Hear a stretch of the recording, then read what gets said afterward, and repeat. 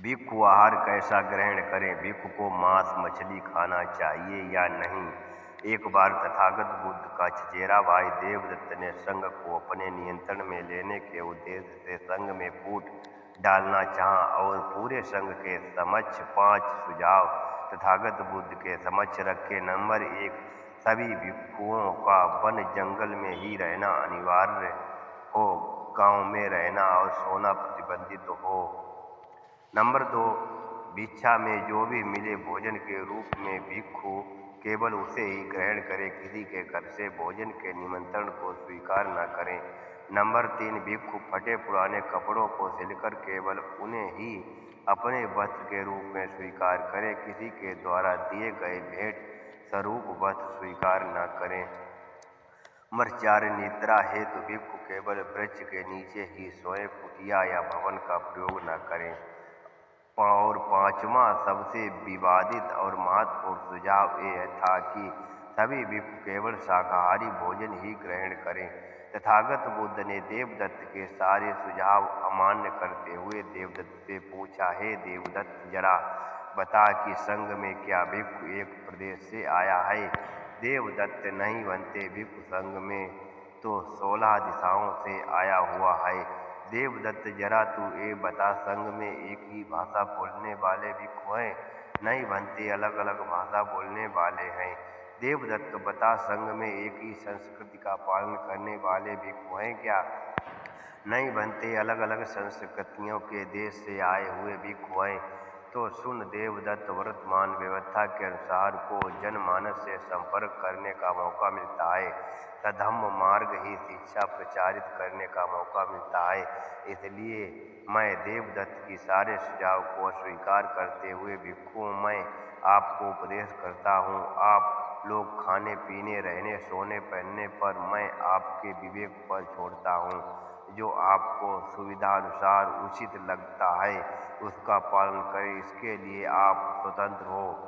जो भिक्षु जो भी शाकाहारी या मांसाहारी भोजन ग्रहण कर रहा है वो ग्रहण कर सकता है, परंतु दूसरे भिक्षुओं पर दबाव आहार ग्रहण करने के लिए दबाव नहीं डाल सकता है, उसे मजबूर नहीं कर सकता है, क्योंकि आप लोग इस मामले में स्वतंत्र हैं।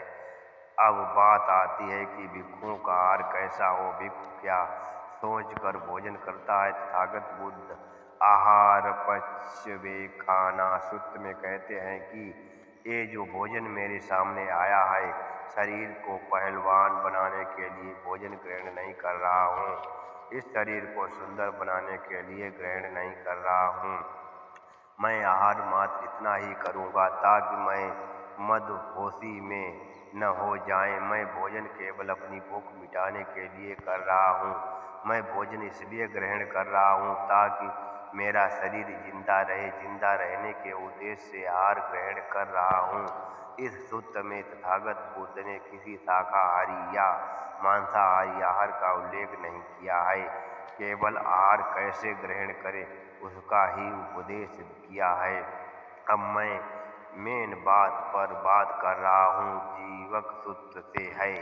एक बार तथागत बुद्ध के पास जीवक आते हैं और बुद्ध से कहते हैं कि तथागत लोग कहते हैं बुद्ध हिंसावादी है, वो मांस का सेवन करते हैं। तथागत, क्या ये बात सही है?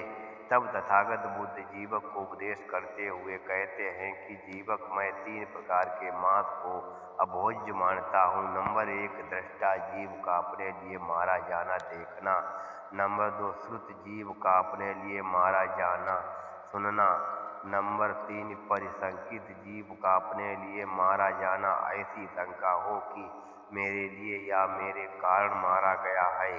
ये तीनों प्रकार के मांस को मैं अभोज्य मानता हूँ, और अगर न मैंने देखा, न सुना, न शंका हुई तो उस मांस को हम भोज्य मानते हैं। जिस गृहपति के यहाँ निमंत्रण पर या पिंडपात करते समय भिक्षु जाता है उसके मन में ऐसा नहीं आना चाहिए कि यहाँ मुझे उत्तम व स्वादिष्ट भोजन प्राप्त होगा। आगे भी हम यही आया करूँगा कि क्यों ये मुझे उत्तम व स्वादिष्ट भोजन कराएगा।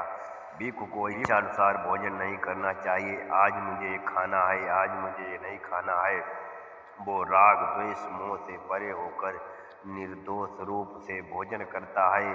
वो भोजन के प्रति आसक्त नहीं होता है। तथागत बुद्ध के समय ये व्यवस्था थी कि संघ में जो भी पिंडपात होकर आता था उसे एक ही बड़े पात्र में डालकर मिक्स कर दिया जाता था। वो बांट कर खाया जाता था। कारण ये था कि किसी भी भिक्षु को ये न पता चले कि मेरा किया हुआ पिंडपात उत्तम व स्वादिष्ट था। अगर ये पता चलता तो वो भिक्षु की बार बार एक ही घर मोहल्ले में न जाने लगे। इसका मैं कारण ये था कि तथागत बुद्ध रत तृष्णा को नष्ट करने के उद्देश्य से करते थे। जो बूढ़े बीमार भिक्षु होते थे वो पिंडपात करने नहीं जाते थे। उनकी खाने पीने की व्यवस्था संघ करता था। कुछ बौद्ध परंपराएं हैं जो मांस खाने पर प्रतिबंध लगाती हैं और कुछ लोग जो किसी भी परंपरा का पालन करते हैं वे मांस नहीं खाने का चुनाव करते हैं। लेकिन ये अनिवार्य नहीं है। दलाई लामा ने खुद अपने जीवन के अधिकांश समय शाकाहारी रहने का फैसला किया। जब तक वे बुजुर्ग नहीं हो गए तब तक उनके डॉक्टरों ने उन्हें सलाह दी कि अगर उन्हें अपना स्वास्थ्य बनाए रखना है तो उन्हें मांस खाना शुरू करना होगा। इसलिए अब वे मांस खाते हैं। उम्र बढ़ने के साथ साथ हमारे शरीर में भी बदलाव आते हैं और जो चीज़ें युवावस्था में अच्छी तरह काम करती थी वे बुजुर्ग होने के बाद हमेशा अच्छी तरह काम नहीं करती। हमें जीवन में लचीला बने रहना चाहिए। भवत सर्वमंगलम। नमो बुद्धाय।